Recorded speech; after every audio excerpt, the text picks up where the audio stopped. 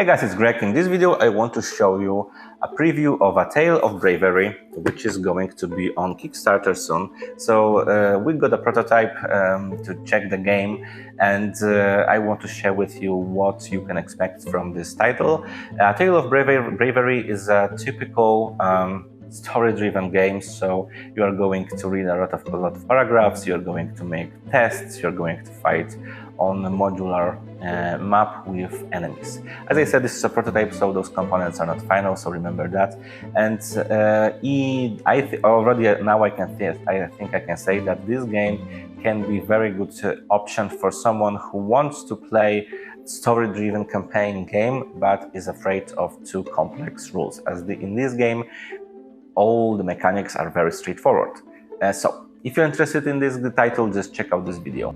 So as you can see, I have a game already on the table. This is A Tale of Bravery. This is a cover of the game. This is a prototype, as I said previously, so those components are not final. I think those colors gonna be more vibrant in the final product. And now, what is A Tale of Bravery? So this is a story-driven game set in rather classic fantasy world.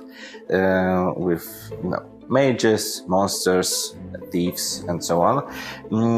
The game is, as I said, story-driven, so we have like two phases of the game: story phase and a battle phase. This is a setup of some kind of battle, and as I said, this is a story-driven game. This is a quest book number 1. I don't know how many the quest books will be again in the final version of the game. We only got this first tome, and in here we have all those paragraphs and all the story that you are going to explore and experience. So typical paragraphs, and in here we have some events, like you will be facing 2 city guards, a brawl begins, or concede defeat. So depending on how the outcome goes, something different you need to read. But also we have tests in here. Those are marked using those DL, for example, hard. So DL stands for difficulty level. I will explain shortly what does it mean. And in here we have a lot of texts. And at the end of this book we have a setup of the different maps where fights or brawls will happen. So this is the first part of the game, the story. Now, second part of the game, this is a rather typical board where you're going to fight opponents. You have some cards of your characters, different decks, and there's that big map of England. Now, what you can see here, so maybe I will tell you more about characters. So for example, this guy in here, what you can find on those character sheets. Yeah, let's use those two, as those two are for these guys. So each character is different. Each character can have different specialization. In here we have 3 specializations per character, and those gives you different skills, bonuses, buffs for your character. Here we have like basic stats: strength, dexterity, psyche, and reason, and movement, hit points, and max bravery. Those are like stats that are generated through your basic stats. So for example, move equals to dexterity, yes, but hit points, that's a sum of strength and psyche. So you need to count 2 plus 1, that's 3 hit points for this guy. These are his starting items. And max bravery are, we can say, as guaranteed successes. So when you are going to perform some kind of test, you always can spend 1 bravery or more bravery if you want, if you wish, to increase how many successes you will get in this specific test. So this is this. Here we have wounded side. So when you're wounded, your stats are going to be lower. And finally, here we have some story of each of the characters. There's 4 of them. This one is typical like hunter, marksman, warden. We also have mage. We have a warrior, and we also have someone like thief, let's say. But on this second sheet, we have those skills and extra modifiers. So when it comes to strength, for example, we have 3 extra modifiers that you can add to your tests.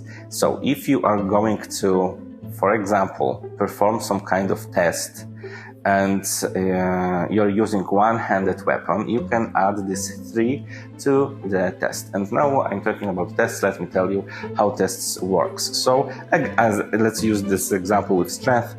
You need to perform some kind of test. Let's say that test regards strength. So you need to check how many points of strength you have. So it's 2. And if this test requires you or uses one-handed weapon, you also can add this modifier, so it's 3. So that's in total 5, and that is how many dice you can use to perform these tests. You're rolling 5 dice, and results on 5 and 6 as a result are successes.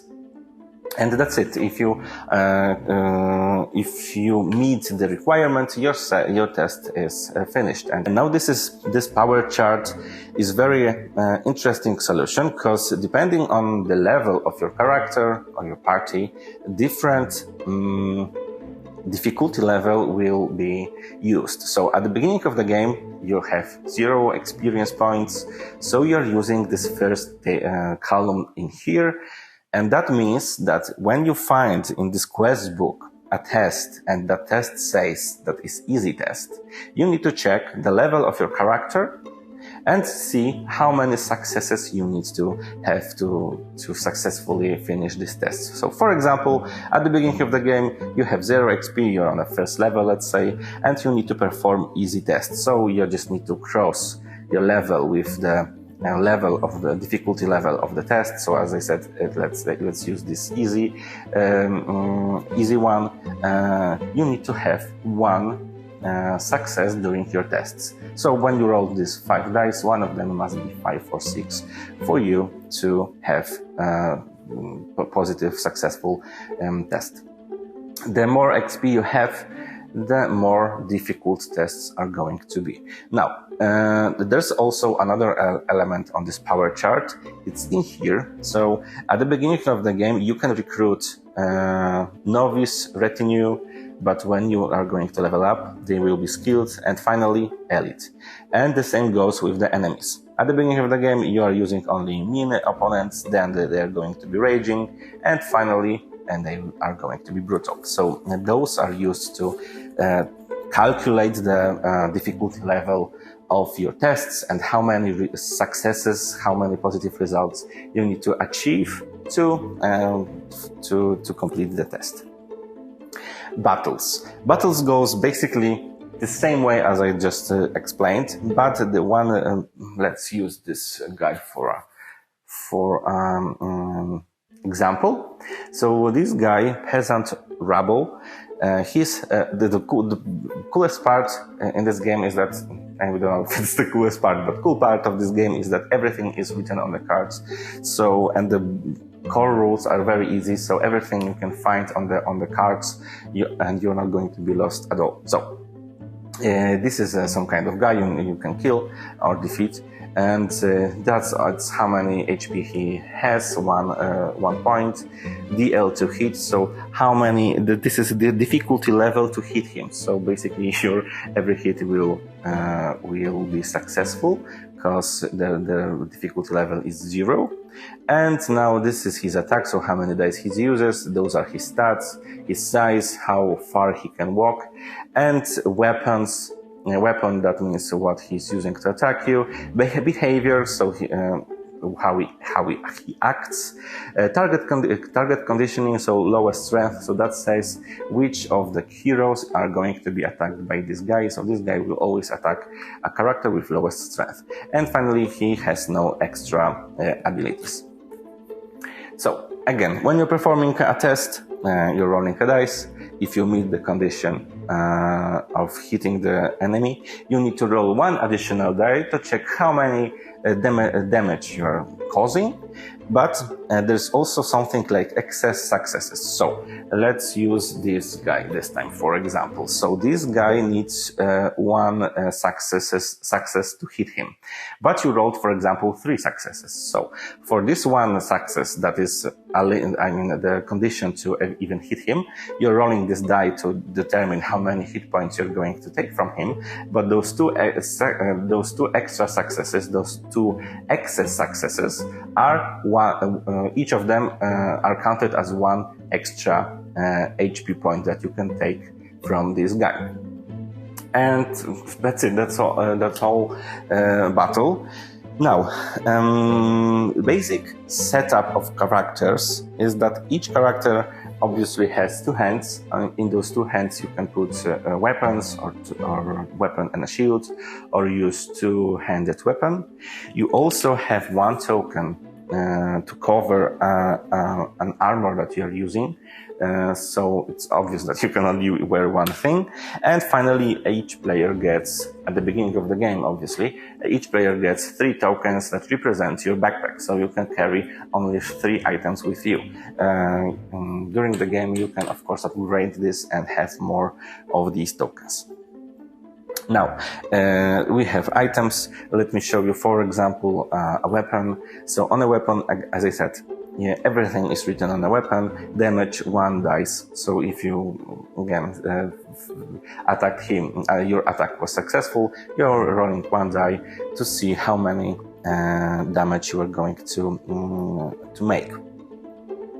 And some extra additional rules are below. But when you check those throwing knives, those are ranged weapons. So and the range is 3 areas. But I wanted to show you maybe here, this one. So again, when your attack was successful, you're rolling 1 die to check how many HP points you're going to take, and plus S, so that means plus excessive successes. So you can add your excessive successes to make more damage. And now let's go to the board in here. So the board is built with those tiles, double-sided tiles. There's in this prototype we have few of them, and they are double-sided. And what you can find on those tiles. So on the tiles we have those circles. Those circles are used to determine line of sight. So basically, if you can draw a straight line from one circle to another circle, those characters in here are line of sight. So if your hero is in here and enemy is in here, you have line of sight because you can make this straight line from those locations. Black circles, those are obstacles that are going to block your line of sight, and also you cannot go through them. But some lines are red. I don't know if I have this example here somewhere.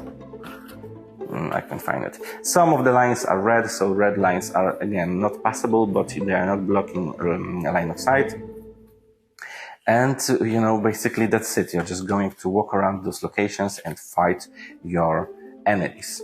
And what else we have here? So this is a prototype. We have those standees. They are made on some kind of plastic. That's not for sure final version. That's not how the game gonna look like in the final version. But we also got 4 minis of the heroes, and those minis are very, very nice. This is a warrior, I guess. This is our huntsman with the bow. Next one is the sorcerer. She can heal, she can also attack and make damage. And finally our thief. So these are, again, those minis are prototypes, but also we got some prototypes of the minis that are going to be unlocked during campaign. And I only have only 3 of them. This is a demo, so this is some kind of knight. Next one is a bear, magical bear. And final is some, I don't know what, like it's some kind of demon, I guess. So yeah, the authors are going to also introduce minis. This is very good, I think, decision. And what else? I think that's it. So the Tale of Bravery, I think it's a very cool game for somebody who wants to experience this story-driven campaign, epic campaign, but is afraid of too complex rules. Because rules in here are very straightforward. You're rolling a dice, you're adding some modifiers, and basically that's it. So it's very straightforward game. You're not going to experience here very complicated rules that can paralyze you during the game. So because of that, I think this is a very cool game to choose when you want to experience story, but you want to have rather gateway rules. And this is very cool, because when we think about the gateway games, we always think about rather simple games, not very epic. And in here, you can experience epic history, epic story in, I guess, more than one quest book. So this is a Tale of Bravery. The game is going to be relaunched on crowdfunding platforms soon. So if you like this, if you are looking for some more approachable way to play the story-driven games, I think this one can be for you. Especially if you know games like Arkham Horror, for example, as Arkham Horror also uses rather similar mechanics, right? You're rolling the dice, 5, 6 are successes, and those are all items are going to modify your rolls, results, and so on. And the same goes with here. In here, but this is a different kind of game because this is story-driven game with, I guess, a lot of books and different type of combats or brawls which are going to happen on those modular maps. So that's it. If you like Tale of Bravery, check out their page, Kickstarter page, and that's it. Thank you so much for watching this video, and see you in the next one.